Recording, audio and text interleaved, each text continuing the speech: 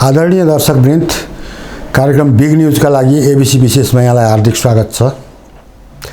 आजको विशेषमा हामीले विशेष गरी नेपालको वामपन्थी आन्दोलनमा कुनै बेला पहिलो संविधान सभा ताका 120 प्रत्यक्षतर्फ 120 सिटको बहुमत लिएर उपस्थित नेकपा माओवादी जो शान्तिपूर्ण राजनीतिमा आइसकेपछि संसदीय अङ्कगणितमा निरन्तर कमजोर बन्दै गएको छ।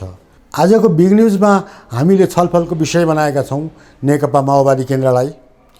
विशेष गरेर नेकपा एमालेसँग एकतापछि 2 वर्ष 9 महिनाका अवधिसम्म जुन नेकपाको एउटा प्रमुख हिस्साको रूपमा नेकपा माओवादी केन्द्र उपस्थित थियो, तर 2077 भदौ 23 गते सर्वोच्च अदालतको फैसलापछि नेकपा एमाले र नेकपा माओवादी केन्द्र पुनर्जीवित भइसकेपछि माओवादीको एउटा हिस्सा आज पनि नेकपा एमालेमै समाहित भएको छ भने नेकपा माओवादी नेकपा एमालेकै माधव नेपाल समूह लगायत विपक्षी गठबन्धनको एउटा अङ्ग बनेर अगाडि गइरहेको छ।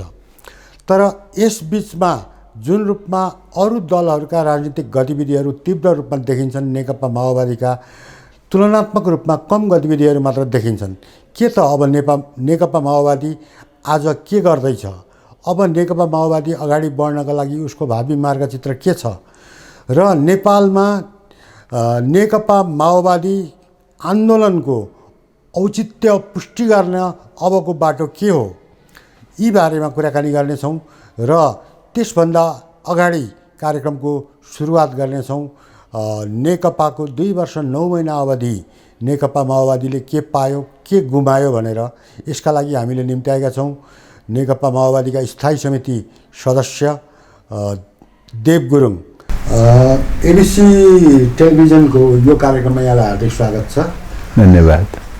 सबैभन्दा पहिले जुन नेकपा माओवादी, मैले अघि पनि भने नेकपा माओवादी केन्द्र 2075 साल जेठ 3 गते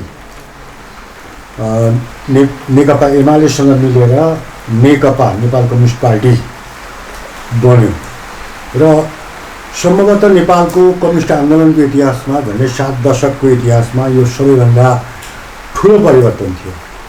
र त्यो परिवर्तनको लगभग 2 वर्ष 9 महिनाको अवधि आइसकेपछि 2077 साल फागुन 23 गते सर्वोच्च अदालतको एउटा फैसलाबाट चाहिँ दुईवटा पार्टीहरू फेरि अलग अलग गन्तव्यतर्फ लागे।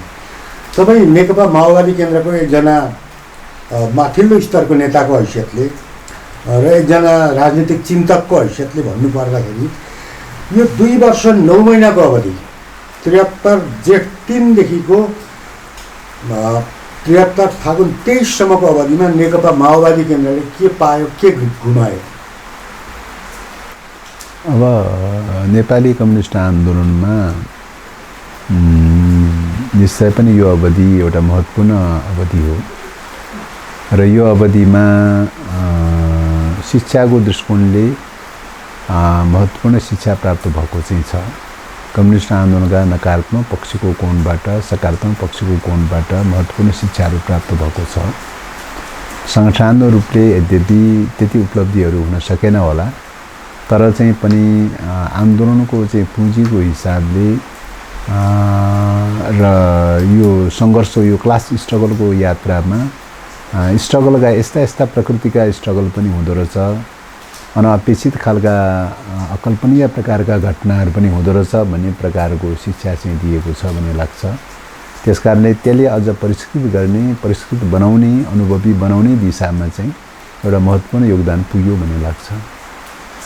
तर 77 फागुन 23 गते जुन सर्वोच्चको फैसलाले एमाले र माओवादी केन्द्रलाई अलग गरिदियो अथवा पुनर्जीवित गरिदियो, जुन पार्टीहरू एक ठाउँमा विलिन भइसकेका थिए, एकीकृत भइसकेका थिए, तिनीहरूलाई पुनर्जीवित गरिदियो र त्यसपछि एमाले वृत्तमा एक प्रकारको खुसी देखियो र तपाईँहरूको वृत्तमा त्यो प्रकारको खुसी अनुभूत गर्न सकिएन। तर यद्यपि त्यही फैसलाले एउटा बाटो चाहिँ के दिएको थियो भने तपाईँहरू मिल्न चाहनुहुन्छ, फेरि एकीकृत स्वरूपमा जान चाहनुहुन्छ भनेदेखि चाहिँ 35 दिनभित्रको अवधिमा चाहिँ निर्वाचन आयोग जानुहोस् र एकीकृत पार्टीको रूपमा चाहिँ लेखबद्ध गर्नुहोस्, दर्ता गर्नुहोस् भन्ने बाटो पनि दिएको थियो। किन जानु भएन, किन चाहिँ त्यो मिलन होइन?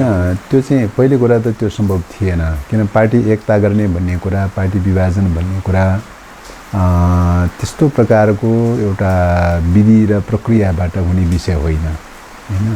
पार्टी निर्माण भनेको विचारधाराको आधारमा हुने कुरा, लामो समयसम्मको त्याग, बलिदान, योगदान सबै प्रकारको चाहिँ बीचबाट पार्टी निर्माण हुने कुरा हो। र पार्टी निर्माणको चाहिँ यो यात्रामा जसरी चाहिँ अहिलेको मतलब तपाईको अदालतले, न्यायालयको एउटा बेन्चले जुन ढङ्गले फैसला गर्यो, त्यो फैसला सायद नेपालको इतिहासमा मात्रै होइन, यो पार्लियामेन्ट्री डेमोक्रेसी भएकै इतिहासमा एउटा नयाँ र नौलो घटना हो हैन। किन त भन्दाखेरि अब यो मागदाबी नै नभएको विषयमा, मागदाबीको रूपमा चाहिँ मागदाबी नै नभएको विषयमा जो फैसला भयो र यो नेपालको सर्वोच्च अदालतको नजिरको हिसाबले मात्रै होइन, पार्लियामेन्ट्री डेमोक्रेसी भएका मुलुक भएका, कमन ल भएका, जुडिसियरी सिस्टम भएका मुलुकहरूमा कहीँ पनि चाहिँ तपाईँको मागदाबी भन्दा बाहिर चाहिँ तपाईँको फैसला गरेको इतिहास छैन, रेकर्ड छैन। तर यहाँ त्यस्तो प्रकारको पनि मागदाबी भन्दा बाहिरको फैसला पनि गर्यो। र अर्को कुरा, मल्टी पार्टी डेमोक्रेसीको मान्यता अनुसार के हो त भन्दाखेरि पार्टीहरू गठन गर्ने, विघटन गर्ने, पुनर्गठन गर्ने यो सबै प्रकारको जिम्मेवारी चाहिँ तपाईँको सम्बन्धित पार्टीलाई नै रहेको छ र सम्बन्धित पार्टीहरूकै फन्डामेन्टल राइटको कुरा हो। र यो जुडिसियरीले चाहिँ तपाईँको पार्टी गठन गर्ने पनि होइन, विघटन गर्ने पनि होइन। उसले खाली के मात्रै गर्ने हो त भन्दाखेरि केवल नियम सम्मत भयो कि भएन, कानुन सम्मत भयो कि भएन भनेर चाहिँ मागदाबी गरेका ठाउँहरूको सन्दर्भमा नियम सम्मत ढङ्गले गराउने कुरा मात्रै हो र पार्टी विभाजन गर्न पाउँदैन। तर चाहिँ अब विडम्बनाको विषय भनौँ, पार्टी विभाजन गरिदियो र पार्टी विभाजन, पार्टी मल्टी पार्टी डेमोक्रेसीमा पार्टी विभाजन गर्ने, पार्टी विघटन गर्ने, पार्टी विसर्जन गर्ने प्रकारको हिस्ट्री चाहिँ मल्टी पार्टी डेमोक्रेसीको अहिलेसम्मको हिस्ट्रीमा छैन। कमन ल भएका चाहिँ जुडिसियरी सिस्टम भएका मुलुकहरूमा अहिलेसम्म छैन। यो नितान्त सर्वथा नयाँ कुरा भयो चाहिँ। सायद हामीले यो कोर्स चाहिँ पुरा नगरेको भए यस खालका अनुभूतिहरू प्राप्त गर्ने अवसर पनि सायद पाउने थिएन। त्यसकारणले यो यसले के देखाउँछ त भन्दाखेरि यो डेमोक्रेसीको चाहिँ तपाईँको नेपालमा जो स्थापित डेमोक्रेसी भनेर भनिन्छ, त्यो डेमोक्रेसी कुन स्तरको रहेछ, कुन अवस्थाको रहेछ हैन, नेपालको जुडिसियरी सिस्टम कुन अवस्थाको रहेछ, कुन स्थितिको रहेछ भन्ने कुराको चाहिँ अत्यन्तै राम्रोसँग चाहिँ त्यसले पर्दाफास गरिदिएको छ भन्ने लाग्छ।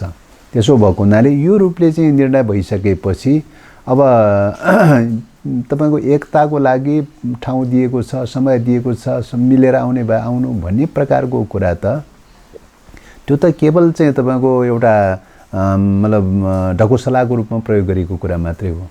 पार्टी एकता भन्ने कुरा त्यसरी हुने विषय पनि होइन, विभाजन भन्ने कुरा त्यसरी हुने विषय पनि होइन हैन। त्यसकारणले गर्दाखेरि चाहिँ अब नामको बारेमा मागदाबी गरेको अवस्थामा माग नमिलेको भए चाहिँ नाम मिलेन, तपाईहरुको विकल्प नाम लिएर आउनुस्, कुरा त्यो पो हुन्छ त हैन। विकल्प चाहिँ नाम लिएर आउँदाखेरि चाहिँ तपाईको चाहिँ नाम अर्को नाम लिएर जाने कुरा हुन सक्थ्यो। त्यसको हद भन्नेको त्यो भन्दा बेसी त केही पनि थिएन। सम्बन्धित रिट निवेदकले चाहिँ तपाईको नामको मागदाबी बाहेक त अरु त केही पनि गरेको थिएन। नाम मिलेन भनेर चाहिँ तपाईको त्यसको मूल अस्तित्व नै, त्यसको मूल अंग नै, शरीर नै तपाईको काटेर फाल्दिने भन्ने कुरा त यो त दुनियामा न्यायिक सिद्धान्तमा कहीं पनि नमिल्ने कुरा हो नि। रामबहादुर या श्यामबहादुर एबीसीडी जेसुकै नाम राखेको भयो भने कसैको नाम राख्यो, रामबहादुर भन्ने नाम राख्यो। रामबहादुर त अरूले पनि राखेर छ, तपाईको किन रामबहादुर राख्ने, अरु एबीसीडी छनौट गरेर राख्नुस् न भनेर भन्नुपर्ने कुरा हो नि। रामबहादुर नाम राखेको हुनाले रामबहादुरलाई काटेर फाल्दिने भन्ने कुरा त चाहिँ यो त चाहिँ तपाईको चाहिँ न्यायिक सिद्धान्तभन्दा विपरीत कुरा हो नि चाहिँ। सर्वोच्च अदालतले त न्यायिक सिद्धान्तभन्दा विपरीत गएर फैसला गर्यो, अर्थात् मागदाबी भन्दा बाहिर गएर फैसला गर्यो भन्नुभयो। त्यसमा कसैको विमति रहेन, अधिकांश मान्छेहरूले त्यो तथ्य स्वीकारेका छन्। र तपाईहरु उसले दिएको समयमा 2 वर्ष 9 महिनासम्म त एउटै पार्टी हुनुहुन्थ्यो, मिलेर आउनु भएको थियो, एउटै संगठन बन्ने क्रममा थियो। भलै एकता प्रक्रिया पूर्ण रूपमा सकिसकेको थिएन, तर 2 वर्ष 9 महिनासम्म मिलेको पार्टी भोलिपल्ट एकै दिनमा चाहिँ फेरि मिल्नका लागि के चाहिँ बाधा थियो त? त्यो चाहिँ सम्भव थिएन, त्यो त असम्भव विषय थियो। असम्भव कुरा चाहिँ त अदालतले जो लेखे हैन, असम्भव कुराको बारेमा उसले नाम लिएर आउ पो भन्नु पर्थ्यो त। उसले माग गर्ने त नामको माग गर्ने हो नि नामको माग नगरिकन तपाईँ दुईटा शरीर एउटा शरीरलाई चाहिँ काटेर चाहिँ दुईतिर चाहिँ के अरे फालिदिने हैन, दुई फ्याक गरिदिने अनि चाहिँ त्यो जोडेर लिएर आऊ भन्ने कुरा कहीँ मिल्छ हैन, त्यो कहीँ मिल्छ त्यो।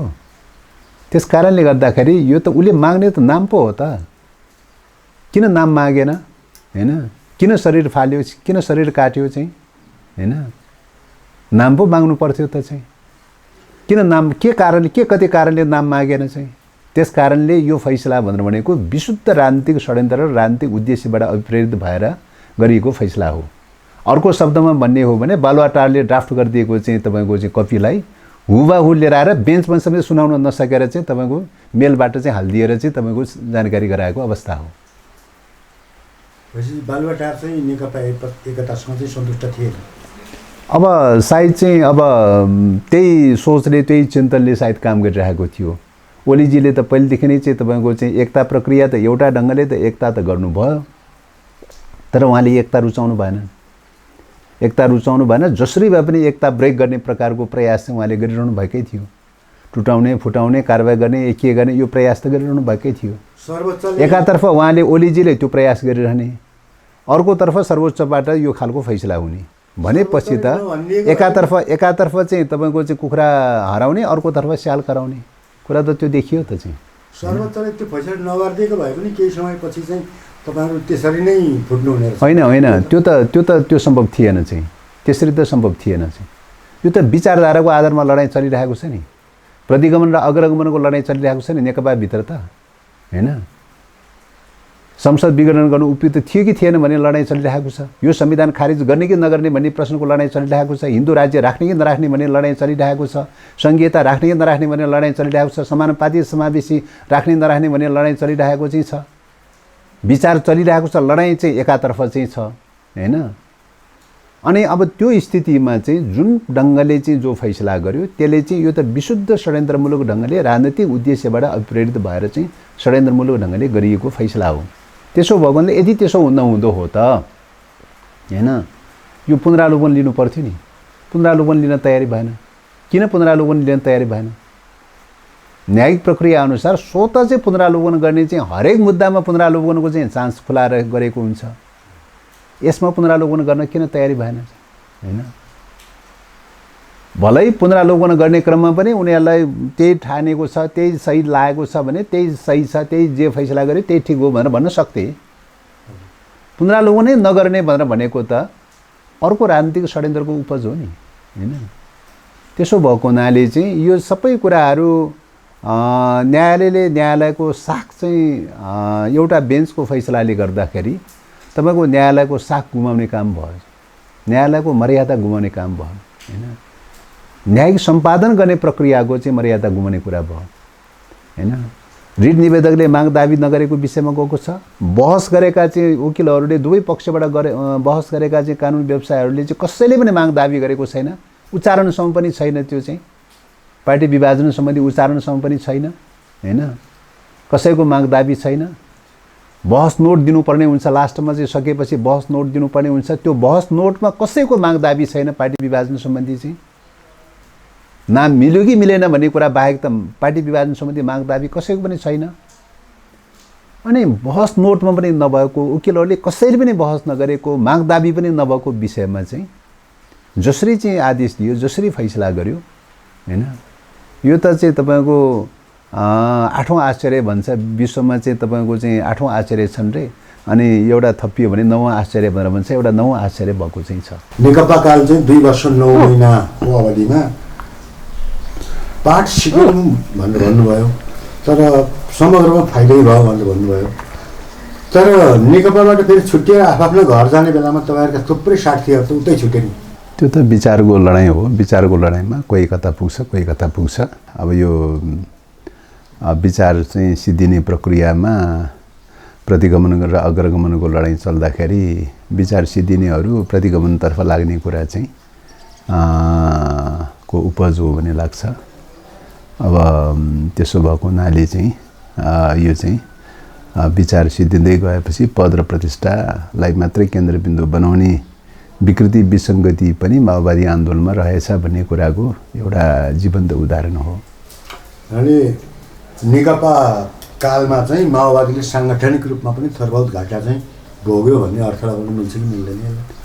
अब सांगठनिक रूपले चाहिँ अब सांगठनिक रूपले त अब कहिले सानो कहिले ठुलो कहिले तल माथि परिरहन्छ, यो चाहिँ त ठुलो कुरो होइन भन्ने लाग्छ।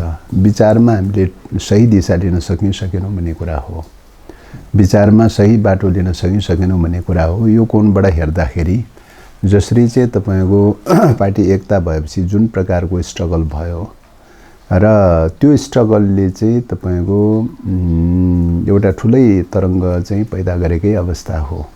राष्ट्रियताका मुद्दाहरूमा मतलब डेमोक्रेसीसँग जोडिएका मुद्दाहरूमा जसरी घात प्रतिघातहरू हुँदै गए चाहिँ त्यो विषयमा जसरी चाहिँ स्ट्रगल भयो, त्यो स्ट्रगलले चाहिँ एक प्रकारको सत्ताको नजिकबाटै चाहिँ तपाईँको यो स्ट्रगल चाहिँ भएको अवस्था थियो। त्यसले गर्दाखेरि त्यसले मुलुकको राज्य सत्तामै राज्य व्यवस्थामै एउटा गम्भीर प्रकारको चाहिँ तपाईँको चाहिँ परिणाम लिएर आउने ढङ्गले नै तपाईँको चाहिँ स्ट्रगलहरू भयो। पार्टी युनिटी नभएको भए के हुन्थ्यो भन्ने पनि मान्छेहरू परिकल्पना त हो हैन। पार्टी युनिटी नभएको भए त्यस प्रकारको स्ट्रगलले कति घनीभूत हुन्थ्यो त भन्ने क्वेसन पनि हो। फरक फरक पार्टीहरूको बिचमा त स्ट्रगल त चलिरहन्छ, वैचारिक स्ट्रगल त चलिरहन्छ, तर त्यो त्यति घनीभूत भएको देखिँदैन चाहिँ हैन। र एउटै पार्टी भएर चाहिँ तपाईँको स्ट्रगल गर्दाखेरि त्यसले धेरै घनीभूत स्थिति पैदा भयो हैन। अब उदाहरणलाई भन्नुहोस्, अब ओलीजीको चाहिँ सोच र चिन्तन विचारको कोणबाट हेर्दाखेरि सुरुमा उहाँ घोर राष्ट्रघाती नै हो। महाकाली सन्धि गरेदेखि नै उहाँ राष्ट्रघाती प्रकारको चिन्तन बोकेकै मान्छे हो। र पछिल्लो समयमा चाहिँ तपाईँको नाकाबन्दीको विरुद्धमा 3 महिना 4 महिनासम्म अडान लिएको चाहिँ एउटा हिस्ट्री देखियो। त्यो परिघटनाले उहाँ चाहिँ कतै राष्ट्रवादी हो कि भन्ने प्रकारको आवरण दिन चाहिँ तत्कालको परिवेशमा सफल भएकै हो हैन। नाकाबन्दीको विरोध गर्ने र चीनमा गएर चाहिँ तपाईँको व्यापार तथा पारावान सम्बन्धी चाहिँ समुद्री मार्गसम्मको बाटो खुलाउनु पर्छ भनेर चाहिँ जुन खालको समझदारी गर्यो, यो दुईटा परिघटनाले चाहिँ ओली राष्ट्रवादी हो कि भन्ने प्रकारको चाहिँ स्थिति पैदा भएकै हो। त्यो बेलामा हामीले एकता गर्नुको विकल्प थिएन। यदि हामीले त्यो बेलामा एकता गर्न नसकेको भए के हुन्थ्यो त भन्दाखेरि ओली राष्ट्रवादी हो कि होइन भन्ने कुराको चाहिँ अन्योलता र चाहिँ त्यो उनको राष्ट्रवादिताको आवरण सायद चाहिँ रहिरहन सक्थ्यो, चाहिँ त्यो भ्रम रहिरहन सक्थ्यो। तर घटनाक्रममा के भयो भन्दाखेरि एकता प्रक्रिया भएर अगाडि बढिसकेपछि सबैभन्दा पहिले चलेको स्ट्रगलै कहाँबाट सुरु भयो त भन्दाखेरि चाहिँ तपाईँको चाहिँ अब अमेरिकासँगको नीति के हुने चाहिँ हैन, अमेरिकासँगको परराष्ट्र नीति के हुने भन्ने इस्युबाट चाहिँ एमसिसीको इस्युबाट सुरु भयो। आइपिएसको मेम्बर बन्ने कि नबन्ने भन्ने कुराबाट सुरु भयो हैन। अमेरिकन सेनाको क्याम्प नेपालमा राख्न दिने कि नदिने भन्ने कुरा सुरु भयो। ओलीले त क्याम्प राख्नलाई त भटाभट चाहिँ तपाईँको सैन्य अफिसरहरू चाहिँ लाई चाहिँ घुमाएर चाहिँ ठाउँ देखाउँदै पनि हिँडे चाहिँ अब इन्डो पेसिफिकको चाहिँ सैन्य हेडक्वार्टर राख्नलाई त उहाँ तयारीमै लाग्नुभयो चाहिँ, उहाँ कसेरै लाग्नुभयो चाहिँ भनेपछि त अब नेपाल जस्तो ठाउँमा तपाईँको अमेरिकाको इन्डो पेसिफिक स्ट्राटेजिक पार्टनरसिपको सैन्य अखडा राख्ने र सैन्य हेडक्वार्टर राख्ने भन्ने कुरामा चाहिँ गइसकेपछि त नेपाल त सिद्धिगयो त। किन त भन्दाखेरि अहिलेको विश्वको परिवेशमा हेर्दाखेरि विश्व बौद्ध रूपमा जाँदैछ हैन, 2 ध्रुवमा जाँदैछ, बौद्ध रूपमा जाँदैछ र एसियाले नेतृत्व गर्ने कि पश्चिमाले नेतृत्व गर्ने, पश्चिममा परम्परागत साम्राज्यवादले नेतृत्व गर्ने कि एसियाले नयाँ चाहिँ राइजिङ पावरको रूपमा चाहिँ जो डेभलप भइरहेछ चीन लगायतका मुलुकहरूमा त्यसले लिड गर्ने भन्ने कुरा त सभ्यताको लडाईँ त सुरु भइसकेकै छ। पश्चिम र पूर्वको सभ्यताको लडाईँ सुरु भएकै छ र यो सभ्यताको लडाईँको सुरुवातको क्रममा पश्चिमाहरूको डोमिनेसन मतलब सोच के हो त भन्दाखेरि अब कूटनीतिक सम्बन्ध कूटनीतिक प्रतिस्पर्धाले सकिँदैन पूर्वलाई डाउन गर्नलाई चाहिँ। अब आर्थिक प्रतिस्पर्धाले पनि सकिँदैन चाहिँ हैन, आर्थिक प्रतिस्पर्धाले पनि सकिँदैन, कूटनीतिक प्रतिस्पर्धाले पनि सकिँदैन, विज्ञान र प्रविधिले पनि सकिँदैन चाहिँ। विज्ञान र प्रविधिको क्षेत्र पनि काफी डेभलप गरे चाहिँ हैन।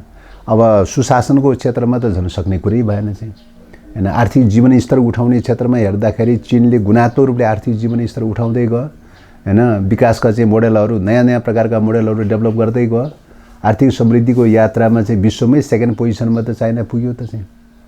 अब त्यो स्थितिमा विगत कालमा के थियो भन्दाखेरि चाहिँ व्यापारिक प्रतिस्पर्धाबाट खुला बजार अर्थतन्त्र, उदारीकरण, निजीकरण, भूमूल्यीकरणको चाहिँ नाराको आधारमा चाहिँ तपाईको चाहिँ विश्वव्यापी आफ्नो प्रभुत्व कायम राख्न सकिन्छ भन्ने हिसाबले अमेरिका त्यो रूपले लागिरहेको अवस्था थियो।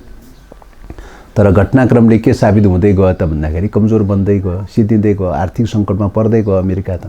पर्दै गइसकेपछि चाहिँ तपाईँको उसले अब कुन बाटो सोचे त भन्दाखेरि अब फौजी प्रतिस्पर्धामा नगइकन अब विकल्प छैन। अब उसको त पावर त फौजी रूपमा मात्रै बाँकी रह्यो।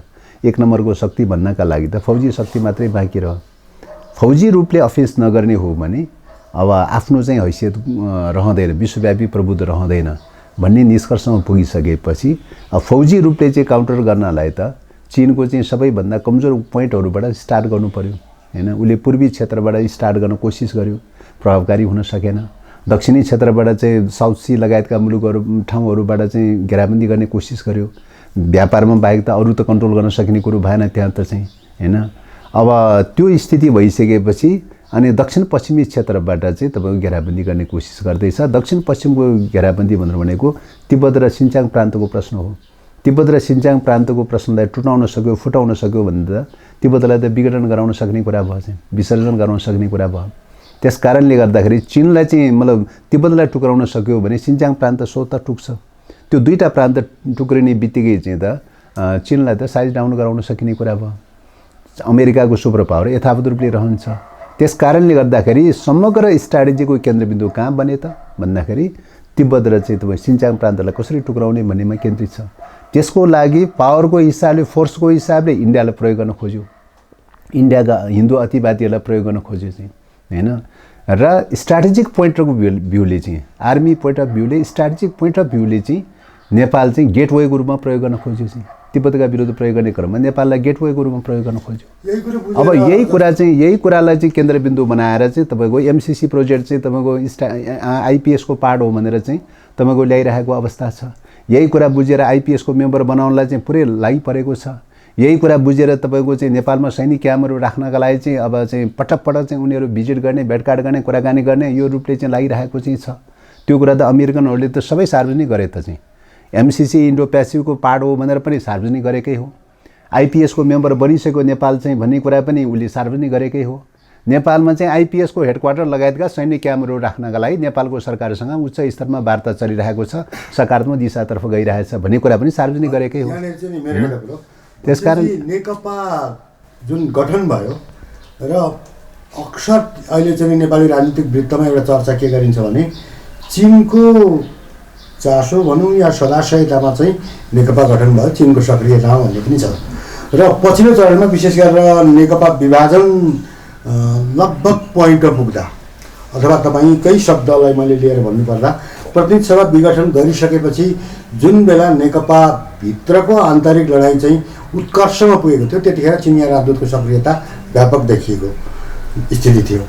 भनेपछि चाहिँ तपाईँहरूलाई फेरि मिल्न नदिनुमा अथवा नेकपा एकीकृत भएरै रहन नसक्नुमा चाहिँ कति स्वदेशी हात छ, कति विदेशी हात छ? होइन, अब यो तपाईँको सँगै रहन सक्ने नसक्ने कुरा नेपालका कम्युनिस्टहरूले आफैले डिसाइड गर्ने विषय हो। त्यो विचारधाराको आधारमा हुने कुरा हो, लाइनको आधारमा हुने कुरा हो हैन। होला विदेशी शक्ति केन्द्रहरूले खेल्न सक्छ, कहिले जुटाउनु पनि खेल्न सक्छ, फुटाउनु पनि खेल्न सक्छ हैन। तर त्यो चाहिँ सेकेन्डरी कारण हो भन्ने लाग्छ। मेजर कारण त आफै भित्रको कारण मेजर कारण हो। आफै भित्रको कारण मेजर कारण चाहिँ हो। र चाहिँ मेजर कारणको रूपमा मैले के बताएँ त भन्दाखेरि जब चाहिँ अमेरिकाको यो स्ट्राटेजी बनिसकेपछि अब यो स्ट्राटेजी अनुसार, ग्रान्ड डिजाइन अनुसार चाहिँ तपाईँको चाहिँ ओली सरकार चाहिँ त्यो ग्रान्ड डिजाइन अनुसार चल्न थाल्नुभयो। परेको समस्या त्यही हो। र त्यसले प्रकारान्त रूपले कहाँ पुग्छ त भन्दाखेरि नेपालमा सैनिक क्याम्प राख्ने, सैनिक क्याम्प राखेपछि द्वन्द्व पैदा हुन्छ, द्वन्द्व पैदा भइसकेपछि अफगानिस्तानको जस्तो मोडलमा जान्छ। र त्यो मोडलमा गइसकेपछि चाहिँ तपाईँको द्वन्द्वग्रस्त क्षेत्र बनिसकेपछि नेपालको अस्मिता समाप्त हुन्छ। किन त भन्दाखेरि नेपाली सेनाले नेपाली विश्वको चाहिँ शक्ति राष्ट्रहरूको तुलनामा त नेपाली सेनाको त कमजोर अवस्था हो। नेपाली सेनाले लडेर नेपाल बचाउला भन्ने खालको सम्भावना त रहँदैन त त्यो बेलामा त शक्ति राष्ट्रहरूको अगाडि त चाहिँ हैन। फेरि त्यो भिजनबाट जान सक्ने नसक्ने भन्ने त आफ्नो ठाउँमा छँदैछ फेरि चाहिँ। त्यस कारणले गर्दाखेरि यी सबै हिसाबले गर्दाखेरि नेपाल सिद्धिने चरणमा चाहिँ जान थाल्यो यो प्रश्नमा। अब अमेरिकाको स्ट्राटेजी के रह्यो त? विशुद्ध रूपमा कसरी चाहिँ अस्थिरता क्रिएट गर्न सकिन्छ, अस्थिरता कसरी क्रिएट गर्न सकिन्छ, त्यसको लागि आफ्नो सेना प्रवेश कसरी गराउन सकिन्छ भन्ने बाहेक एकसूत्रीय लाइन बाहेक अरूको त विकल्प रहेन उसको त। हो, त्यो एकसूत्रीय लाइन प्रयोग गर्नलाई चाहिँ चीनको विरुद्धमा काउन्टर गर्नलाई त क्षेत्रीय शक्तिहरूलाई प्रयोग नगरिकन अर्को विकल्प रहेन। क्षेत्रीय शक्तिहरूलाई प्रयोग गर्ने क्रममा उसले क्वाड बनाए चाहिँ हैन, इन्डिया समेत चाहिँ, जापान समेत, अस्ट्रेलिया समेत मिलेर चाहिँ क्वाड बनाए चाहिँ हैन। क्वाड नै मेन एउटा स्ट्रिमको रूपमा, एउटा कमान्डको रूपमा चाहिँ उसले क्वाड बनाए। क्वाड बनाएर चाहिँ तपाईँको इन्डियालाई बेस बनाउन थाल्यो चाहिँ। इन्डियालाई बेस बनाएर इन्डियाका हिन्दूवादीहरूलाई परिचालन गरेर चाहिँ इन्डियासँग स्ट्राटेजिक पार्टनरसिपमा चाहिँ सम्झौता गरे चाहिँ। इन्डियासँग स्ट्राटेजिक पार्टनरसिपमा सम्झौता गरिसकेपछि अनि स्ट्राटेजिक पार्टनरसिपहरूको बिचमा त सेना आदान प्रदान गर्ने, सेना क्याम्पहरू राख्ने, आवत जावत गर्ने कुरा त बाटो खुलाइहाले चाहिँ। त्यो रूपले खुलिसकेपछि एकातर्फ इन्डियालाई पनि उचाले। इन्डियालाई उचालेपछि चाइनासँग चाहिँ तपाईँको चाहिँ कहिले गलवान भ्यालीमा चाहिँ झडप हुन थाले, कहिले दोकलाममा झडप हुन थाले, ठाउँ ठाउँमा त झडपहरू त बढ्दै गयो त चाहिँ। इन्डियालाई चाइनाका विरुद्धमा प्रोभोक गर्ने खालको प्रक्रिया त चलि नै रह्यो चाहिँ। यो गर्दै जाने क्रममा इन्डियालाई चाहिँ तपाईँ चाइनाका विरुद्ध प्रयोग गर्ने प्रक्रियामा चाहिँ अब के गर्ने त भन्दाखेरि नेपालमा पनि चाहिँ अब ग्राउन्ड बनाउनु पर्यो चाहिँ। नेपालमा ग्राउन्ड बनाउने क्रममा इन्डियाका हिन्दूवादीहरूलाई उचाले। हिन्दूवादीहरूलाई उचालेर चाहिँ तपाईँको चाहिँ धर्मनिरपेक्ष राज्य फालेर चाहिँ हिन्दू राज्य कायम राख्ने हो भने त धार्मिक द्वन्द्व क्रिएट गर्न सकिन्छ। त्यो धार्मिक द्वन्द्व क्रिएट गर्न सक्यो भने नेपालमा त अराजक हुन्छ, अस्थिरता हुन्छ, द्वन्द्व क्रिएट हुन्छ। द्वन्द्व क्रिएट हुन सक्ने बित्तिकै चाहिँ अनि विदेशी सेना आकर्षित हुन्छ चाहिँ, त्यहाँ चाहिँ सैन्य शासन आकर्षित हुन्छ हैन। यो ढङ्गले चाहिँ एकातर्फ त्यो लगिरहेको छ। अर्कोतर्फ यो पोइन्टले कहाँ पनि हान्दैछ त भन्दाखेरि आरएसएस गठन गर्नेदेखि लिएर चाहिँ जसरी चाहिँ तपाईँ हिन्दुस्तानमा चाहिँ तपाईँ अमेरिकनहरू खेलिरहेको छ, त्यसले हिन्दुस्तानलाई पनि इन्डियालाई पनि टुक्राउन खोजिरहेको चाहिँ छ। चाइनाको विरुद्ध प्रयोग गर्दासम्म प्रयोग गर्ने, प्रयोग गरिसकेपछि चाहिँ भोलि इन्डिया सुपर पावरमा आउन सक्छ भन्ने हिसाबले हिन्दुस्तानलाई पनि टुक्राउन खोजिरहेको छ, धार्मिक साम्प्रदायिक मुद्दा उठाएर चाहिँ हैन। यो स्ट्राटेजीमा चाहिँ तपाईँको साउथ एसिया फसेको छ। अहिले अमेरिकी स्ट्राटेजीमा साउथ एसिया फसेको छ, इन्डिया फसेको छ। र त्यसले गर्दाखेरि चाहिँ नेपाल त झन् चाहिँ पुरै चाहिँ ओली त तोमशरणै गरेर आत्मसमर्पणै गरेर दलालै बनेर, नाङ्गो दलालै बनेर गइरहेको छ। यतिको दलाल त तपाईँको विगत कालमा अङ्ग्रेजहरू पनि भएको थिएन, के अरे यतिको दलाल त तपाईँ राणाहरू पनि भएको थिएन, यतिको दलाल त दरबारीहरू पनि भएको थिएन। अरू दलका नेताहरू त परै राख्नु चाहिँ हैन। त्यति हदसम्म नाङ्गो ढङ्गले दलाल बनेर गइसकेपछि, कम्युनिस्ट नाम मात्रै आवरण लिने भइसकेपछि, समाजवाद आवरण मात्रै लिने भइसकेपछि, राष्ट्रियताको मुद्दामा यति गद्दारी गरेर जाने भइसकेपछि अस्थिरता क्रिएट गर्नलाई के गरे त अब विदेशी सेना लिएर आउनलाई सबभन्दा अब्स्टेकल कहाँ देखे त? कम्युनिस्ट पार्टी देख्यो। यही पार्टी रहँदासम्म त अब्सोल्युट मेजोरिटी त के हुने भयो त भने त्यसले त छेक्ने भएन, विदेशी सेना ल्याउने कुरा त छेक्ने भयो चाहिँ। नेकपाभित्र त अब्सोल्युट मेजोरिटीको पोजिसन हो नि चाहिँ। विदेशी सेना प्रवेशको विरुद्धमा त अब्सोल्युट मेजोरिटीको पोजिसन हो नि हैन। त्यो भएपछि अब के गर्नु पर्यो त? कम्युनिस्ट पार्टी फुटाउनु पर्यो। अब चाहिँ कम्युनिस्ट पार्टी फुटाउनु पर्यो। दोस्रो चाहिँ अब्स्टेकल कहाँ देखे त भन्दाखेरि के अरे तपाईँको प्रतिनिधि सभा देखे चाहिँ। किन प्रतिनिधि सभा यही रहँदासम्म विदेशी सेना ल्याउन सक्दैन चाहिँ हैन। एमसिसी थ्रु नभइरहेको अवस्था, आइपिएसको विरोध भइरहेको अवस्था, विदेशी सेना ल्याउन सक्ने अवस्था छैन। अब के अरे पार्लियामेन्ट डिजल्भ गर्नु पर्यो चाहिँ हैन। यो अब्स्टेकल पन्छाउँदै लानु पर्यो चाहिँ। यो अब्स्टेकल पन्छाउँदै लाउनु पर्यो। अथोरिटी कहाँ केन्द्रित गर्नु पर्यो? राष्ट्रपतिमा केन्द्रित गर्नु पर्यो। राष्ट्रपतिमा केन्द्रित गर्नु पर्यो र संविधान प्यासिभ गराउनु पर्यो चाहिँ हैन। संसद विघटन गर्ने बित्तिकै त संविधानका अधिकांश धारा दफाहरू प्यासिभ भइहाल्छ, स्वतः प्यासिभ भइहाल्छ। संविधान खारिज भनेर भन्नै पर्दैन चाहिँ, त्यो चाहिँ स्वतः प्यासिभ भइहाल्छ। अनि संविधान चाहिँ सिध्याइसकेपछि अनि चाहिँ के हुने भयो त भन्दाखेरि अब यहाँ त अस्थिरता र अराजकता पैदा हुने। संविधानको इस्युमा चाहिँ जन्मसङ्ग्रह भनेर हालिदिने, कहिले के भनेर हिन्दू राष्ट्र भनेर हालिदिने, कहिले के भनेर हालिदिने। त्यो ढङ्गले चाहिँ तपाईँको बाँड भैलो मचाइसकेपछि स्टेट फेल हुन्छ। नेपाल स्टेट फेल भइसकेपछि के हुन्छ त भन्दाखेरि अनि विदेशीले चाहिँ टेक ओभर गर्ने समय आइहाल्छ हैन। भन्नाले अब यस्तो गरौँ, नेकपाको विभाजनको एउटा निहित उद्देश्य चाहिँ स्टेट फेल अथवा फेल्ड स्टेट बनाउने विदेशी स्वार्थको एउटा गोटी हो, गोटी बन्यो। यही कुरामा म अलिकति जोडौँ। जस्तो तपाईँहरूले राष्ट्रियता र देशभक्ति लगायतका, अझ तपाईँकै भाषामा भन्नुपर्दा संस्थापन पक्षको प्रतिगमन विरुद्ध पार्टीकै एउटा ठुलो हिस्साले चाहिँ नि आन्दोलन गर्यो धेरै लामो समय। नेकपा एमाले, तत्कालीन नेकपा एमाले जुन नेकपाभित्र थियो उसको चाहिँ माधव नेपाल र झलनाथ खनालको समूह र तपाईँहरूको एउटा चाहिँ सक्रियतामा चाहिँ लामो समयसम्म सडक आन्दोलन भयो। एकले अर्कालाई कारबाही गर्ने प्रकारका गतिविधिहरू भए, मिटिङ भेला लगायतका, अब निर्वाचित कमिटी लगायतका कुराहरू व्यापक रूपमा भयो।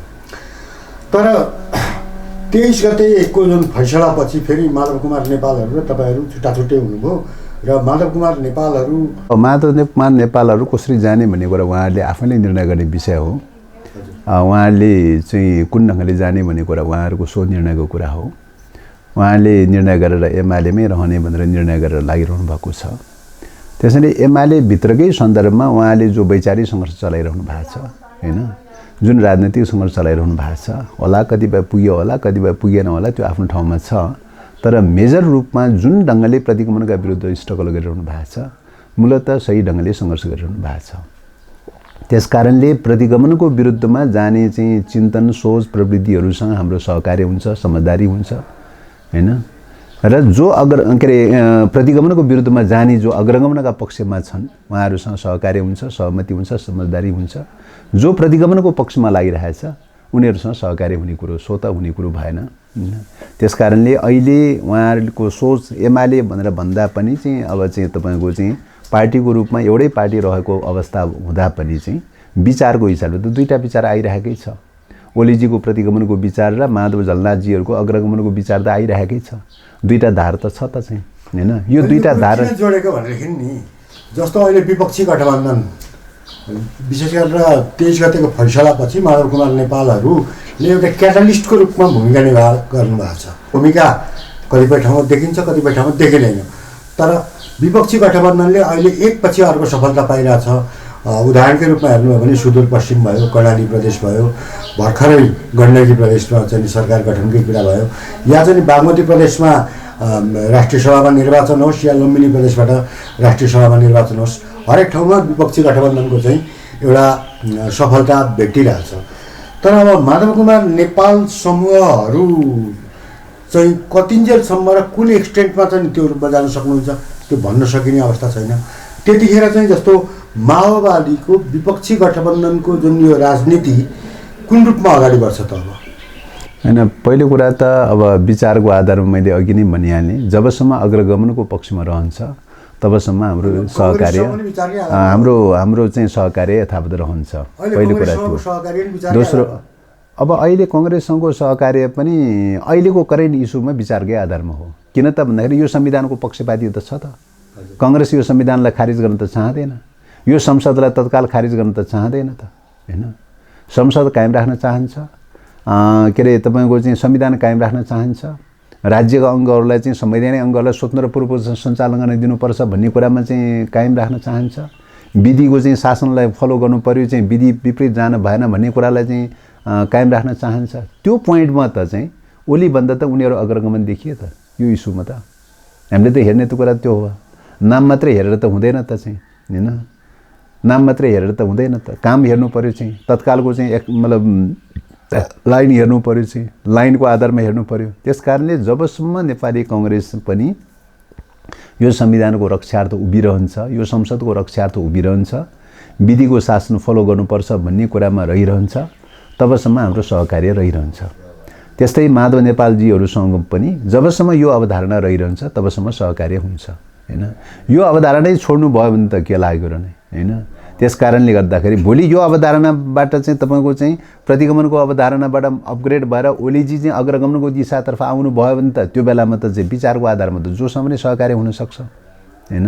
त्यसकारणले हामीले त हेर्ने मापदण्ड त अहिलेको वर्गीकरण त त्यही नै हो। अग्रगमन र प्रतिगमनको कुन वेमा जाने हो भन्ने प्रश्न नै मेजर प्रश्न हो। त्यही डिमार्केसनको आधारमा नै अहिले हेर्ने कुरा हो। त्यसकारणले कसले के भूमिका खेल्छ, कसो खेल्छ भन्ने कुरा त ती तत्सँग सम्बन्धित पक्षहरूकै कुरा हो। भविष्यको ग्यारेन्टी त कसैले कसैको गर्न सक्ने कुरो त हुँदैन चाहिँ। सम्भावनाको लागि चाहिँ पहल गर्ने कुरा हो चाहिँ हैन। त्यसकारणले माधवजीहरूको भविष्य के हुन्छ, कसरी गर्नुहुन्छ, के हुन्छ, त्यो त उहाँहरूमै निर्भर रहने कुरा हो। उहाँले विपक्षी गठबन्धनको विपक्ष गठबन्धनको त्यही त विपक्ष गठबन्धनको पनि जुन मान्यताको आधारमा यो गठबन्धन प्रक्रिया सुरु भएको छ हैन, यो मान्यतामा गठबन्धनमा रहेका मेम्बरहरू यथावत रहँदासम्म यो यात्रा त जारी रहन्छ। यो त स्वतः विषय हो। एउटा कुरो नि जस्तो अब माओवादी विस्तृत शान्ति सम्झौतापछि शान्तिपूर्ण राजनीतिमा आयो। मुख्यतः विस्तृत शान्ति सम्झौतापछि माओवादी शान्तिपूर्ण राजनीतिमा आयो र त्यो शान्तिपूर्ण राजनीतिमा पनि उसले अहिले शान्त राजनीति गरिरहेछ। माओवादी के गर्दैछ भन्ने कुरो सम्भवतः अहिले मुल्लाहरूको मिडियामा पनि भेटिँदैन। माओवादी के गर्दैछ, तपाईँहरू साङ्गठनिक रूपमै के गरिराख्नु भएको छ, अगाडि जान आफ्नो रोड म्याप के बनाउनु भएको छ अहिले? अब हामीले हेर्ने कुरा त विचारकै आधारमा हो। अब कुन मिडियाले क्यारी गर्छ र गर्दैन भन्ने कुरा मेजर विषय होइन। विचारकै आधारमा अहिले अग्रगमनको पक्षमा वैचारिक रूपले सुरुदेखि नै चाहिँ तपाईँको ओलीको प्रतिगमनको विरुद्धमा चाहिँ सुरुदेखि नै लडाइँ सुरु गर्ने त माओवादीले हो नि त। सुरुदेखि नै वैचारिक सङ्घर्ष सुरु गर्ने त प्रचण्डको नेतृत्वमा हो नि त, होइन? त्यस कारणले गर्दाखेरि यो चाहिँ वैचारिक प्रकारका प्रश्नहरूको बारेमा, डेमोक्रेसीसँग जोडिएका प्रश्नहरूको बारेमा, सङ्गठन विधि विधानसँग जोडिएका प्रश्नहरूको बारेमा, यी सबै मुद्दाहरूको बारेमा सङ्घर्ष त माओवादीबाट सुरु भयो नि त, होइन? अब मिडियाले क्यारी गर्छ गर्दैन भन्ने कुरो त मिडियाको कुरा त हामीले जिम्मा लिने विषय त होइन, होइन? पाइँदैन भनेको मतलब जानकारीमा आएन भन्ने कुरा। र अर्को कुरो चाहिँ के भने नि, जस्तो अब एउटा वैचारिक समूह भएर मात्रै बस्ने माओवादीको अहिलेको रणनीति हो त? अब अर्को सङ्गठन विषयको बारेमा यहाँले जो भन्नुभयो, सङ्गठन विषयको बारेमा त पार्टीलाई पुनर्स्थापना गरिदिइसकेपछि तत्काललाई असहमतिका बावजुद पनि चाहिँ अब यही शान्तिपूर्ण प्रक्रियालाई, यही विधिलाई फलो गर्दासम्म त अदालतको फैसलाले त मान्नु पर्यो। विमतिका बावजुद, असहमतिका बावजुद पनि त्यसलाई त फलो गर्नु पर्यो। त्यस कारणले नेकपा माओवादी केन्द्र पुनर्स्थापित भएको छ। पुनर्स्थापित संरचनाहरू तलदेखि माथिसम्म छन्। पुनर्स्थापित संरचनाहरूले चाहिँ आवश्यक बैठक बस्ने, छलफल गर्ने, अन्तर्क्रिया गर्ने, आवश्यक काम कारबाहीहरू थोर बहुत गरिरहेकै छ। भलै जति हुनुपर्ने हो त्यो हुन सकेन होला। अब अहिले कोभिडको परिस्थितिमा त सार्वजनिक कार्यक्रम हुन सक्ने कुरै भएन, होइन? अब त्यसले गर्दाखेरि कोभिडलाई छलेर गर्न सकिने खालका जुमसुम बैठकहरू, मिडियाहरूलाई के अरे माध्यमहरू, के अरे सामाजिक सञ्जालहरू प्रयोग गरेर चाहिँ गरिने खालका काम कारबाहीहरू त चलिरहेकै कुरा भइहाल्यो, होइन? अरू दलहरूको जसरी चलिरहेछ त्यही ढङ्गले चलिरहने कुरा भइहाल्यो। तर अब सार्वजनिक खालका कार्यक्रमहरू त कोभिडको दोस्रो लहर सुरु भयो। दोस्रो लहरको प्रक्रिया सुरु भइसकेपछि अरू गतिविधि गर्न सक्ने कुरो भएन। अरू गतिविधि गर्न सक्ने कुरो स्थिति हुँदो हो त ओलीको यो प्रतिगमनपछि पछिल्लो समयमा जुन खालको कदम चाले, अस्ति चाहिँ वैशाख 8 गते चाहिँ जुन प्रकारको चाहिँ तपाईँको कदम चाल्यो, होइन? के अरे यो अब त्यो कदम हेर्दाखेरि चाहिँ, होइन, यो चाहिँ तपाईँको चाहिँ जुन खालको चाहिँ कदम चाहिँ चाल्यो त्यो के अरे वैशाख 8 गते जेठ 7 गते मध्यरातमा चाहिँ जुन कदम चाल्यो, होइन, त्यो कदम त पुस 5 गतेको कदम भन्दा पनि झन् चाहिँ गम्भीर प्रकारको चाहिँ छ। र त्यस्तो अवस्थामा, त्यस्तो प्रतिगमन हुँदाखेरिको अवस्थामा जनता उर्लिनेवाला थियो। सामान्य कोभिडको अवस्था नहुँदो हो त चाहिँ जनता सडकमा उत्रिनेवाला थियो, हजारौँ लाखौँ सडकमा उत्रिनेवाला थियो, अर्को विद्रोह हुनेवाला थियो चाहिँ स्थिति चाहिँ। तर कोभिडको चाहिँ तपाईँको आवरणबाट चाहिँ यो क्यासको चाहिँ स्थितिको चाहिँ नाजायज फाइदा उठायो ओलीले चाहिँ। त्यसले गर्दाखेरि मात्रै कुर्सी टिकिरहेको छ। नत्र भने यो सरकार कुन संविधान अनुसारको सरकार हो? संविधानमा कुनै ठेगानै छैन। त्यस्तो पनि हुँदो रहेछ अहिलेसम्म विश्वमा। इभन फाँसीवादी तानाशाहहरू चाहिँ, होइन, कसरी 5 को हुनु? 5 को कुन दिन शपथ ग्रहण गर्यो? 5 को शपथ ग्रहण गरेकै छैन, होइन? 5 को शपथ ग्रहण त गरेका छैन। पहिलो कुरा त तपाईँको 3 अनुसारको सरकार भनेर भन्यो। 3 अनुसारको सरकारले 4 को शपथ ग्रहण गर्नु, के अरे 4 को विश्वास मत लिनु पर्थ्यो। 4 को विश्वास मत मैले लिन सक्दिनँ।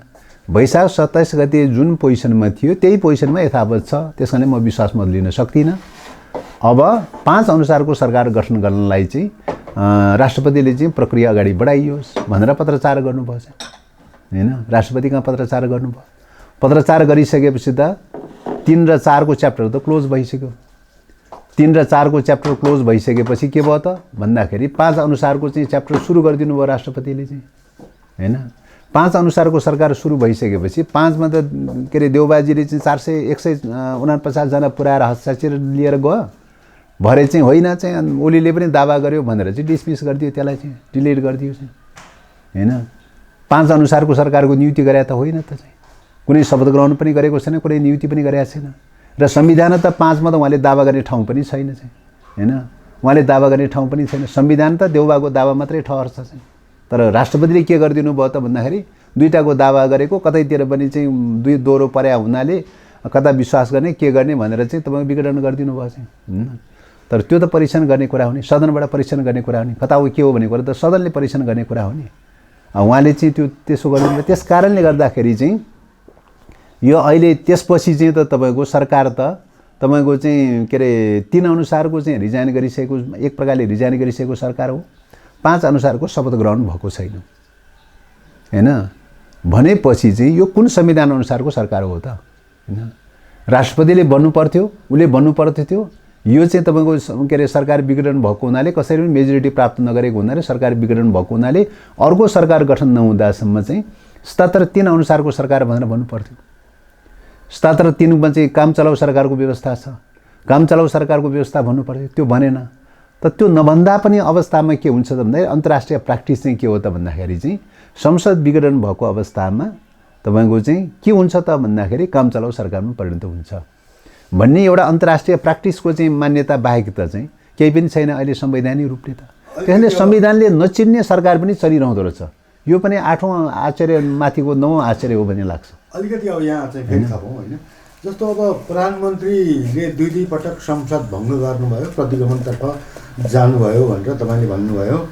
अब बिचमा एमसिसी लगायतका कुराहरूमा तपाईँहरूले खुलेरै विरोध गर्नुभयो र संसदको कार्यसूचीमासम्म राखिएको अवस्था थिएन र राष्ट्रपतिले पनि आफू खुसी ढङ्गले चाहिँ प्रधानमन्त्रीले नियुक्त गरिदिनु भयो भनेर भन्नुभयो।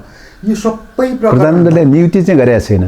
एउटा चाहिँ तपाईँ ख्याल गर्नुपर्ने कुरा चाहिँ नियुक्ति कुन भयो, 3 अनुसारको नियुक्ति त गर्नुभयो उहाँले, नियुक्ति गरेर शपथ पनि खुवाउनु भयो।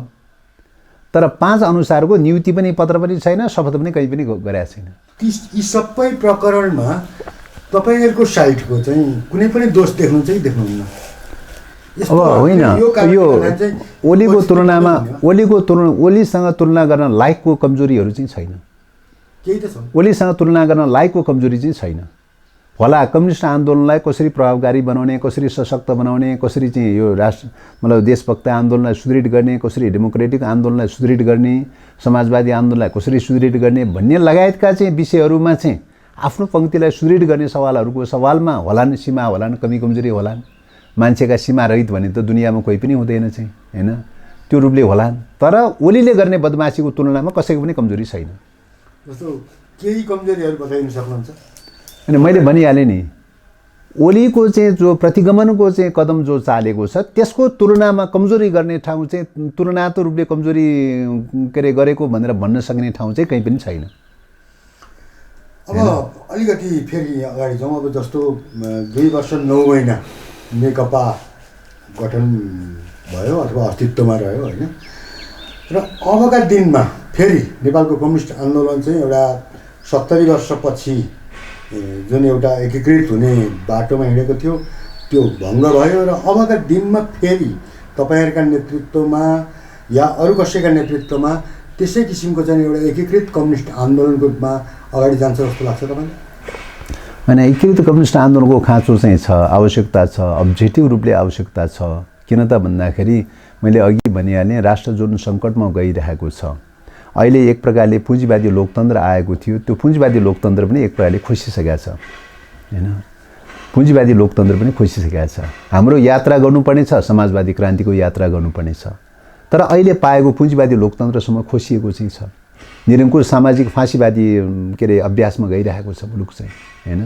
त्यसकारणले निरङ्कुश साम्यवादी के अरे फाँसीवादी अभ्यासमा गइरहेको अवस्थामा डेमोक्रेटिक राइट्स मात्रै खोसिएको हुँदो हो त त्यो डेमोक्रेटिक राइट्सको निम्ति फेरि लडेर चाहिँ तपाईँको प्राप्त गर्न सक्थ्यो।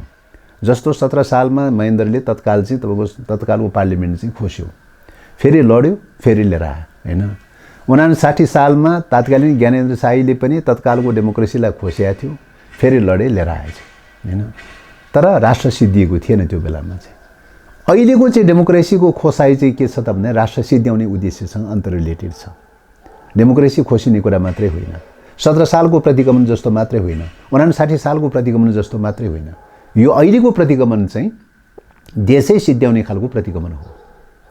त्यसो भएको हुनाले देश सिद्धियो भने डेमोक्रेसी कहाँ खोज्न जाने, समाजवाद कहाँ खोज्न जाने, कहाँ क्रान्ति खोज्न जाने स्थिति त्यस्तो छ। त्यसो भएको हुनाले चाहिँ अहिले देशको रक्षा गर्नुपर्ने प्रमुख कार्यभार पैदा भएको छ। यो कार्यभार पुरा गर्नका लागि पहिलो दायित्व कसको हो त भन्दाखेरि कम्युनिस्टहरूकै हो। फेरि पनि चाहिँ कम्युनिस्टहरू युनिफाइड नगरिकन चाहिँ तपाईँको देश रक्षा गर्न सक्दैन। त्यसकारणले देशभक्त कम्युनिस्टहरू एक ठाउँमा उभिनको विकल्प छैन। पहिलो कुरा त्यो हो। कोही चाहिँ प्रतिगमनको हिमायती भने विदेशीको दलाल हुनेहरूसँग त एकताको सम्भव हुने कुरो भएन। जसले न्यूनतम पनि देशको रक्षा गर्नुपर्छ भनेर भन्छ उनीहरू एकताबद्ध हुनुको विकल्प छैन। पहिलो कुरा त्यो। दोस्रो कुरा चाहिँ कम्युनिस्टहरू मात्रै होइन, यहाँ नेपालमा त तपाईँको चाहिँ अरू चाहिँ विभिन्न तहका पुँजीवादी लोकतान्त्रिक दलहरू पनि थुप्रै छ होइन। लोकतान्त्रिक दलहरू पनि तपाईँको के हो त भन्दाखेरि देशको रक्षा गर्ने कजमा उनीहरूसँग पनि सहकार्य गर्नुपर्छ। उनीहरूसँग पनि सहकार्य गर्नुपर्छ र बृहत रूपमा सबै लोकतन्त्रवादी शक्तिहरूसँग, देशभक्तहरूसँग, राष्ट्रवादी शक्तिहरूसँग सहकार्य गर्नुपर्छ, मोर्चाबन्दी गर्नुपर्छ। यो दुईटा स्टेप चाहिँ तपाईँको पुरा गर्न सक्यो नेपाल बच्यो। यो दुईटा स्टेप पुरा गर्न सकेन भने नेपाल गयो, सिद्धियो चाहिँ, सिद्धियो भनेर लेखेको हुन्छ। अगाडि बढाउने क्रममा नेकपा माओवादी अगाडि बढेको छ। निश्चित रूपले यो अहिले चाहिँ जुन प्रकारको गठबन्धन सुरु भएको छ एउटा स्टेप त के हो त भन्दाखेरि वाम लोकतान्त्रिक शक्तिहरूको बिचको सहकार्यको प्रक्रियाको सुरुवात हो त चाहिँ। त्यसकारणले गर्दाखेरि यो त आखिरमा चाहिँ तपाईँको चाहिँ विभिन्न घटकहरूसँग जो 5 दलीय गठबन्धन भनेर जो भनिएको छ सबै वामपन्थी मात्रै त छैन त, गैर वामपन्थी पनि त छ त। त्यो त के हो त भन्दाखेरि अहिलेको प्रक्रिया रोक्नु पर्यो, नत्र त देश सिद्धिने भयो भनेर न सहकार्य सुरु भइरहेको छ। अब यसमा अधुरो चाहिँ के हो त भन्दाखेरि चाहिँ तपाईँको कम्युनिस्टहरू पनि एक ठाउँमा उभिन जरुरी छ। कम्युनिस्टहरू एक ठाउँमा उभिन सक्यो, असली रूपमा देशभक्त कम्युनिस्टहरू एक ठाउँमा उभिन सक्यो हैन, एउटै चाहिँ तपाईँको पार्टी निर्माण गरेर जान सक्यो, यो सुनमा सुगन्ध हुन्छ, सोलिड रूपमा अगाडि बढ्नेवाला छ, देशको रक्षाको निम्ति चाहिँ तपाईँको चाहिँ अभेद्य शक्ति हुनेवाला छ। त्यो रूपले युनिफाइड गर्न सकेन भने हैन केवल चाहिँ लोकतान्त्रिक शक्तिहरूसँगको मात्रै सहकार्यले चाहिँ कति दिगो गराउन सकिन्छ भन्ने कुरामा फेरि चाहिँ क्वेसनहरू त उठ्न सक्छ फेरि चाहिँ हैन। अब अन्तमा एउटा चाहिँ जस्तो वैचारिक हिसाबले कोसँग कति राम्रो विचार छ भन्ने कुरा भन्दा पनि हामीले अङ्गीकार गरिरहेको जुन व्यवस्था छ, जुन प्रणाली छ, त्यसमा चाहिँ कसले अङ्कगणितमा कति सङ्ख्या ल्यायो, कति सङ्ख्या छ भन्नेबाट त्यसको साइज हेरिन्छ, उसको विचार होइन कि साइज त्यसरी हेरिन्छ। सङ्ख्या त विचारसँग जोडेर न बन्ने होला त, समूह त विचारसँग जोडेर न बन्ने होला। विचार बिनाको सङ्ख्या मात्रै त अर्थ हुँदैन। कुनै बेला 2052 साल फागुन 1 गतेदेखि नेपाली राजनीतिको निरन्तर केन्द्रबिन्दुमा रहेको नेकपा माओवादी, अहिले आएर नेकपा माओवादी केन्द्र भनौँ, नेकपा माओवादी केन्द्र पहिलो संविधान सभामा 120 सिट हुँदै खुम्चिएर अहिले यो ठाउँमा आइपुगेको छ। अब के लाग्छ भविष्यमा नेकपा माओवादी केन्द्रको र उसले बोकेको विचारको औचित्य के हुन्छ, कसरी प्रश्न? त्यही त मैले अघि नै भनिरहेको छु, हामी यो बाटो अघि मैले जो बाटो भने त्यो बाटोबाट अगाडि बढ्ने हो भने तपाईँको माओवादी केन्द्र मेन स्ट्रिमको मेन धारको चाहिँ तपाईँको शक्ति नै स्थापित हुनेछ। त्यो रूपले अगाडि बढ्न सकेन भने निश्चित रूपले च्यालेन्ज छ। त्यो रूपले अगाडि बढ्न सकेन भने अब तपाईँको अहिलेको चाहिँ यो स्थितिमा पार्टीको भविष्य के हुन्छ भन्ने कुरा त धेरै गौण भइसक्यो, देशै बच्दै बच्दैन भन्ने स्थितिमा गइसक्यो। पार्टीको अस्तित्वको प्रश्न त धेरै सहायक प्रश्न भइसक्यो। त्यसो भएको हुनाले देश बचाउनका लागि पनि हामी के गर्न जरुरी छ त भन्दाखेरि चाहिँ सच्चा देशभक्त कम्युनिस्टहरू एक ठाउँमा उभिनुको विकल्प छैन। एक ठाउँमा उभिएर चाहिँ गोलबन्द गर्न सक्यो तपाईँको देश बच्यो, यसको डाइनामिक रिलेसन त त्यहाँ छ, देश बच्यो। होइन त्यो रूपले उभिन सकेन भने देश जोगाउन कठिन छ।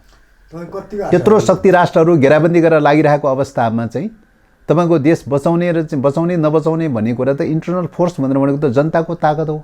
जनताको ताकत भनेको त दलहरूमा केन्द्रित हुने कुरा हो। चाहिँ दलहरूमा केन्द्रित हुने भनेर भनेको चाहिँ अहिलेको युगमा चाहिँ तपाईँको कम्युनिस्टहरूमा केन्द्रित हुने कुरा हो। कम्युनिस्टहरूले बाहेक अरूले त बचाउन सक्दैन देश त। कम्युनिस्टकै नाममा चाहिँ तपाईँ ओलीले त गद्दारी गरेर त्यत्रो चाहिँ स्थिति देखा पर्यो भनेपछि त हैन। त्यस कारणले गर्दा अब देश बचाउने भनेको त हिस्ट्रीले प्रुफ गरेको प्रमाणित गरेको कुरा के हो त भन्दाखेरि देश बचाउने भनेको कम्युनिस्टहरूको लिडरसिपमा हो। तर कम्युनिस्टहरू एक्लै होइन हैन, अरू लोकतन्त्रवादी, अरू देशभक्त, अरू गणतन्त्रवादी, अरू राष्ट्रवादी खालका शक्तिहरू सबैलाई गोलबन्द गर्दै चाहिँ अगाडि बढ्ने हो। चाहिँ त्यसो गरेर देश बचाउने हो चाहिँ हैन। हिस्ट्रीमा देश बचाएको चाहिँ तपाईँको कम्युनिस्टहरूकै अगुवामा देश बचेको देखिन्छ हैन। तर अब हिस्ट्रीमा यस्तो पनि प्रमाणित भयो कि तपाईँको के देखियो त भन्दाखेरि कम्युनिस्टहरूकै नामबाट देशघाती, देश चित्याउने प्रक्रिया पनि सुरु भएको चाहिँ छ। त्यसो भएको हुनाले यो कुराको पनि थ्योराइज गर्न जरुरी छ।